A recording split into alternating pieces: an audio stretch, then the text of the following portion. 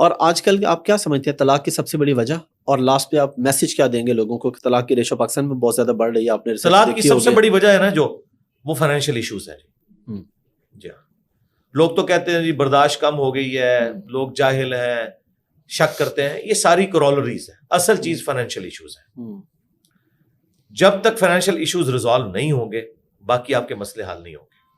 میاں بیوی کی جو لڑائی کی اصل وجہ ہوتی ہے نا عموماً گھروں میں، وہ مرد گھر کے خرچے پورے نہیں کر سکتے، یا وہ خرچہ تو دیتے ہیں، عورتیں جو ہیں فضول خرچی کرتی ہیں اور اس کی وجہ سے پھر جھگڑے شروع ہوتے ہیں.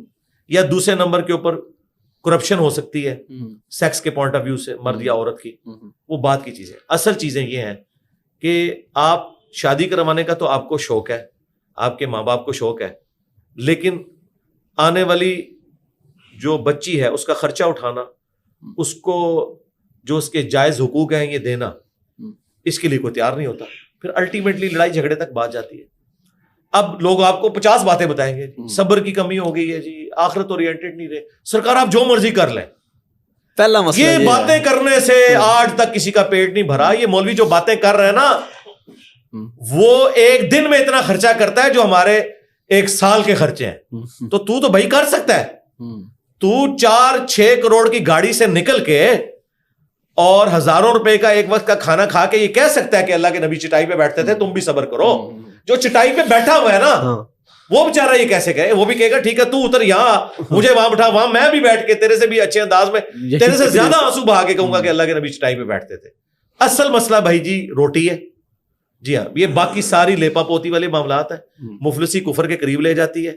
ٹھیک ہے جی. وہ بعض جو بزرگ ہیں وہ تو تفنن کے طور پہ کہتے ہیں یہ اسلام کا 6واں فرض ہے روٹی.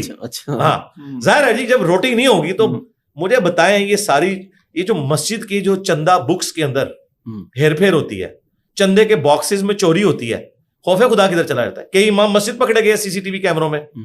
اب ان امام مساجد سے جب پوچھا گیا، انہوں نے کہا جی آپ نے ہماری تنخواہ نہیں اتنی رکھی ہوئی ہے، یہ ہمارا حق ہے کہ ہم اس چندے میں سے کھائیں. تو دیکھیں جو آپ کو چوری کے خلاف جمعے کے خطبوں میں لیکچر دیتے ہیں وہ خود چندہ چوری کرتے ہیں. تو اس کا کیا مطلب ہے کہ سب سے بھاری چیز پیٹ، روٹی، فائنانس. اگر یہ مسئلہ آپ ایڈریس کر لیں، باقی ساری چیزیں الحمدللہ ہمارے معاشرے میں ابھی بھی اقدار موجود ہیں اسلامک، باقی ساری چیزیں موجود ہیں، وہ ساری کی ساری چیزیں اوور کم ہو جائیں گی اگر ہم یہ اپنا فائنانس والا ایشو کر لیں. اور ظاہر ہے کہ اس میں گورنمنٹ بھی ذمہ دار ہے، انڈیویجول بھی ہے. پھر آپ دوسرے نمبر پہ کہہ سکتے ہیں کہ سبسسٹنس لیول پہ لائف گزارنے کی کوشش کریں، فضول خرچی نہ کریں. یقین کریں ہم جن لوگوں کی فائنینشیل سپورٹ کرتے ہیں نا اپنے رشتہ داروں میں اور اپنے جاننے والوں میں، حیران ہوتے ہیں کہ وہ اپنی سرمنیز کے اوپر اس طرح پیسہ اڑاتے ہیں کہ ہم نے کبھی نہیں اڑایا ہوتا. بندہ کہتا ہے یار ہم تو اپنی جیب سے نہیں لگاتے اور یہ ہم سے ادھار اٹھا کے لگا رہے ہیں، تو دل ہی نہیں کرتا کسی کو پیسے دینے کو بھی.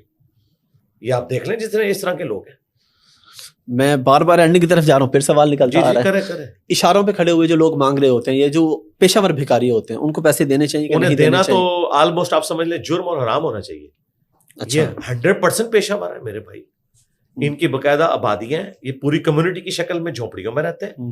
ٹھیک ہے، وہ تو آپ کے گلی محلوں میں رہتے بھی نہیں ہے. جی جی بالکل. اور اس سے بڑی بات وہاں پہ کوئی اور ضرورت مند آگے کھڑا ہو جائے نا تو وہ اس کو بھگا دیتے ہیں. جی بھگا دیتے ہیں. پورا سسٹم ہوتا ہے. بالکل. تو لیکن ایک چیز ہے، اگر کوئی آپ سے مانگے آپ نے اس کو ڈانٹنا نہیں ہے. ٹھیک ہے. یہ قرآن میں واضح ہے کہ اگر کوئی مانگنے والا آ جائے نا جھوٹا یا سچا ہے، آپ نے اسے ڈانٹنا نہیں، کیونکہ ہم نے کسی کا دل تو نہیں چیرا ہوا نا، ہم تو ظاہر کے اوپر فتوا لگاتے ہیں. بالکل. ہمارے عثمان بھائی کے پاس آتے ہیں مانگنے کے لیے لوگ، ان کی دکان پہ، وہ کہتے ہیں بیٹھ جو روٹی کھانی کھلا دوں گا. کہتے ہیں نہیں پیسے دو. کہتے ہیں مزدوری کرو گے؟ ہاں جی کروں گا، کل آ جانا. آتے ہی نہیں ہے. کیوں بھائی؟ مزدوری پورا دن کر کے انہیں پیسے ملنے ہیں، وہ انہوں نے 2-3 گھنٹے میں چھاپ لینے اتنے پیسے، پھر وہ بچے بھی ساتھ. تو اس کا حل یہ ہے کہ آپ کے پاس کوئی مانگنے کے لیے آئے اب اسے دعا دیں، اللہ تعالیٰ آپ کے لیے آسانیاں کرے. ٹھیک ہے، یہ کہہ کے اسے رخصت کر دیں. آپ کو یہ حق نہیں کہ آپ اسے ڈانٹیں. ٹھیک ہے. اگر آپ کا یہ حق ہے نا کہ آپ اسے کچھ نہ دیں، تو اس کا یہ حق ہے کہ آپ اسے ڈانٹیں. چھڑکے نہیں اسے. چھڑکنا نہیں ہے، لیکن صلواتیں نہیں سنانی اسے. ہاں آپ اسے کہہ سکتے ہیں کہ تمہیں مزدوری نہیں مل رہی، میں تمہیں دوں گا، آؤ کھانا کھلا دوں گا. ڈانٹنے کا، تقریریں جھاڑنے کا کوئی فائدہ نہیں، کیونکہ یہ بیونڈ ریپیئر لوگ ہیں. ٹھیک ہے، ان کا تو آپ چھوڑتے ہیں. ان کی جو میں ان کے بارے میں اکثر کہتا ہوں کہ ان کی دنیا تو خراب ہے، آخرت بھی برباد ہے. انہوں نے کبھی عید کی نماز بھی نہیں پڑھی ہوئی, دین سے ان کا دور دور تک کوئی تعلق نہیں ہے, قابل رحم ہے یہ لوگ, لیکن پیسے ان کو پھر بھی نہیں دینے.